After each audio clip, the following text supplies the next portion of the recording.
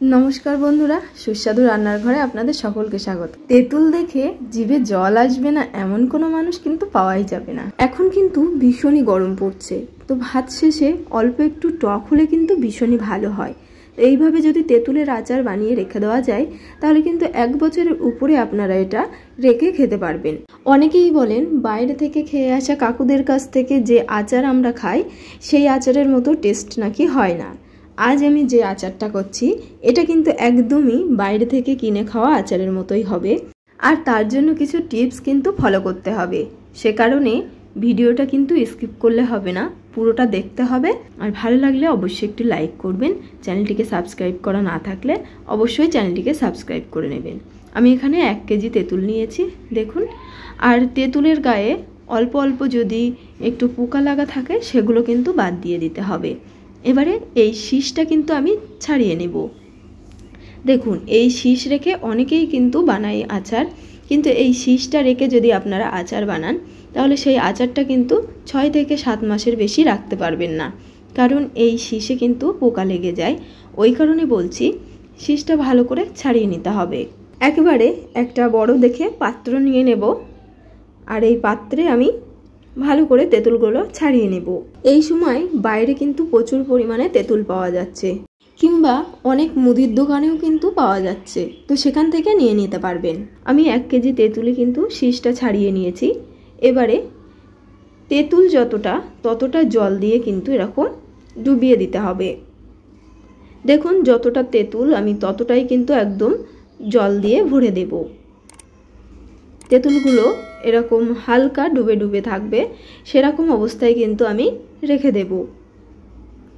এই অবস্থায় রেখে দিতে হবে 30 মিনিট। তো ফিরে আসছি 30 মিনিট পর। এদিকে কিছু মশলা আমি রেডি করে নেব। আমি নিয়ে নিচ্ছি 1 চামচ গোটা ধনে, দিয়ে দেব 1 চামচ গোটা জিরে, আর দিয়ে দেব 1 চামচ মরিচ। আর মেন উপকরণটা হচ্ছে এটা হচ্ছে মেথি, যেটা 5 ফোড়নে থাকে। এটা আলাদাও কিনতে পাওয়া যায়, আবার অনেকে 4 ফোড়ন খায়, তারা কিন্তু এই মেথিটা খায় না, তো তারা একটু বাইরে থেকে কিনে নেবেন। নিয়ে নিলাম 1 চামচ মৌরি, আর 4 থেকে 5টা শুকনো লঙ্কা। শুকনো লঙ্কাটা আমি এখানে 4 থেকে 5টা নিলাম। তো আপনারা ঝালের পরিমাণটা একটু বাড়াতে চাইলে একটু বাড়িয়ে নেবেন। তো আমার মনে হয় যে কোনো আচার একটু টক ঝাল একটু মিষ্টি হলে বেশি ভালো লাগে। ঝালটা প্রথমে কড়াইতে একটু হালকা হওয়ার পর এবারে সব মশলাগুলো কিন্তু দিয়ে দিলাম। আর মেন উপকরণটাই কিন্তু এই মেথি, কারণ এই তেঁতুলের আচারে মেথি দিলে কিন্তু ভীষণই ভালো লাগবে, আর বাইরে থেকে কিনে আনা আচারের মতনই লাগবে। এই মেথিটা অবশ্যই দেওয়ার চেষ্টা করবেন। আপনারা চাইলে 5 ফোড়ন থেকে কিন্তু বেছেও কিন্তু এই মেথি নিতে পারেন। দেখুন মশলাগুলো কিন্তু আমার ভাজা হয়ে গেছে। এবারে ঠান্ডা হয়ে যাওয়ার পর তারপরে কিন্তু আমি এটা গুঁড়ো করে নেব। যে কোনো আচারের এই মশলাটাই কিন্তু মেন, তো এটা কিন্তু খুব ভালোভাবে করে নিতে হবে, আর এটা কিন্তু পুড়ে গেলে ভালো লাগবে না, সেটার ফ্লেভারটা আচারে খুব খারাপভাবে আসবে। তো সেই কারণে বলছি মশলাগুলো একদমই পোড়ানো যাবে না, আর হালকা ভেজে মশলাটা করে নিতে হবে। 30 মিনিট পর ফিরে আসলাম দেখুন, আর এই তেঁতুলগুলো কতটা ফুলে উঠেছে দেখুন। এই অবস্থাতে আমি রেখে দেব। এবারে আমি গ্যাসে কড়াই বসিয়ে দেব। কড়াইটা একটু গরম হলে আমি এখানে 1 টেবিল চামচ সরিষার তেল দিয়ে দিলাম। চেষ্টা করবেন আচারটা একটু সরিষার তেলে করার। দিয়ে দিলাম 2টো তেজপাতা, আর দিয়ে দিলাম শুকনো লঙ্কা 4টে, দিয়ে দিলাম 1 চামচ 5 ফোড়ন। আচারে এই উপকরণগুলো কিন্তু দিতেই হবে। ফোড়নটা একটু ভালো করে ভেজে নেব। আপনারা অনেকেই ভিডিও দেখতে দেখতে কিন্তু লাইক দেওয়ার কথা ভুলেই যান, তাদের উদ্দেশ্যে বলছি অবশ্যই একটি লাইক দিয়ে দেবেন। ফোড়নটা ভাজা হয়ে গেলে যে তেঁতুলটা আমি ভিজিয়ে রেখেছিলাম সেই জল সমেতই কিন্তু আমি এই তেঁতুলটা দিয়ে দেব। দেখুন এই জল সমেত দেওয়ার পর তেঁতুলটা বেশ কিছুক্ষণ কষিয়ে নেওয়ার পর এই জলটা কিন্তু একদমই থাকবে না। আর এটা কিন্তু একদমই বাইরের মতোই হবে, কারণ আমরা বাইরে থেকে আচার কিনে খাই, সেগুলোর কিন্তু খুব সুন্দর গ্রেভি হয়। তো আজ আমি আপনাদের সঙ্গে সেই রেসিপিটি কিন্তু শেয়ার করছি। অবশ্যই একটি লাইক দেবেন।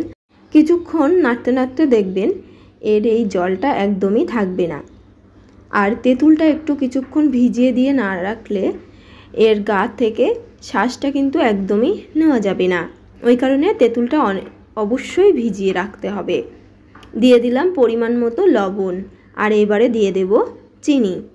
আমি এখানে 700 গ্রাম চিনি নিয়ে নিয়েছি। দেখুন আমি কাপ মেপে দিচ্ছি, আপনারা যে কোনো মেজারমেন্ট কাপ মেপে কিংবা এমনিও দিতে পারেন। আমি এখানে 700 গ্রাম চিনি দিয়ে দিলাম। 2 কাপ দেখিয়েছি, আর কিন্তু পরেও আমি দিয়ে দিয়েছি। ভালো করে নেড়ে নিতে হবে। আর এছাড়াও যদি একটু মিষ্টি খেতে চান তাহলে কিন্তু আরেকটু চিনি দিতে হবে। ভালো করে মিশিয়ে নেব, আর এটা কিছুক্ষণ কিন্তু ফুটতে দিতে হবে। আর এই আচারে আরেকটা মেন উপকরণ কিন্তু আছে, সেটা হলো আখের গুড়, যেটা আমি এখানে 300 গ্রাম নিয়েছি। আমি 1 কিলো তেঁতুলের আচারে 300 গ্রাম আখের গুড় ও 700 গ্রাম চিনি দিয়েছি। আপনারা যে যেরকম মিষ্টি কিংবা টক খেতে পছন্দ করেন সে সেই রকমই দিয়ে নেবেন। অনেকে কিন্তু বেশি টক খেতে পছন্দ করেন, সেক্ষেত্রে চিনি কিংবা গুড়ের হারটা কিন্তু কমিয়ে দিতে পারেন। চিনির হারটা কমিয়ে দিলে ভালো হয়। তো আমি এখানে একটু টক, একটু মিষ্টি, একটু ঝালঝাল করেছি, ওই কারণে চিনি ও গুড়ের পরিমাণ এই রেখেছি। আপনারা চাইলে কম বেশি করে নিতে পারেন। আর অবশ্যই কিন্তু আখের গুড়টা দিতেই হবে, কারণ তেঁতুলের আচারের মেন উপকরণ হচ্ছে আখের গুড়। আখের গুড় ও মেথি, এই দুটো উপকরণ ছাড়া আপনারা যদি তেঁতুলের আচার করেন তাহলে কিন্তু সেই আচারটা ভালো লাগবে না খেতে। গুড়টা দিয়ে ভালো করে নেড়েচেড়ে আবারও কিছুক্ষণ ফুটিয়ে নিলাম। এবারে যে মশলাটা আমি করে রেখেছিলাম সেটা কিন্তু পুরোটাই দিয়ে দেব। 1 কিলো আচারের জন্য যে 1 চামচ মশলা আমি সব কিছু ভেজে নিয়ে গুঁড়ো করে নিয়েছি, সেটা কিন্তু পুরোটাই লাগবে। রেখে দেবেন না অল্প অল্প দিলে মশলা, তাহলে কিন্তু আচারটা খেতে ভালো লাগবে না। মশলাটা কিন্তু পুরোটাই দিতে হবে। আবারও ভালো করে মিশিয়ে নেব। আপনারা চাইলে এই সময় 1 চামচ ভিনিগার কিন্তু দিয়ে দিতে পারেন। গ্যাসটা অফ করে দিলাম। এবারে ঠান্ডা হতে দেব। সারা রাত্রি ঠান্ডা হওয়ার পর আমি এখানে একটা বয়াম নিয়েছি। এবারে এই বয়ামে আমি তুলে রাখবো। দেখুন, আর একদমই কিন্তু কালারটা কেমন এসেছে দেখুন, বাইরে থেকে কিনে খাওয়া আচারের মতোই কালারটা চলে এসেছে। আপনারা অবশ্যই বাড়িতে এইভাবে বানিয়ে কমেন্টের মাধ্যমে আমাকে কিন্তু জানাতে ভুলবেন না। এরকম বয়ামে ভরে আপনারা 1 বছরের উপরে কিন্তু রেখে খেতে পারবেন। দেখুন আমার এই বয়ামের 1 বয়াম হয়েছে, আরও এখনও কিন্তু অনেকটাই আছে, সেগুলো আর একটা পাত্রে কিন্তু তুলে দেখাবো। বাড়িতে একবার এইভাবে আচার বানিয়ে খেলে বাইরে থেকে কিন্তু কিনে খেতে ইচ্ছাই হবে না, এটা আমার গ্যারান্টি। কারণ এটা কিন্তু একদমই বাইরের মতোই স্বাদেরই তৈরি হয়েছে। আজকের ভিডিওটি ভালো লাগলে অবশ্যই একটি লাইক করবেন। আর কোনো কিছু জানার ইচ্ছা হলে আমার কমেন্ট বক্সে কিন্তু সেটা জানাতে পারবেন। আজ এ পর্যন্তই। সবাই ভালো থাকবেন, সুস্থ থাকবেন। ধন্যবাদ।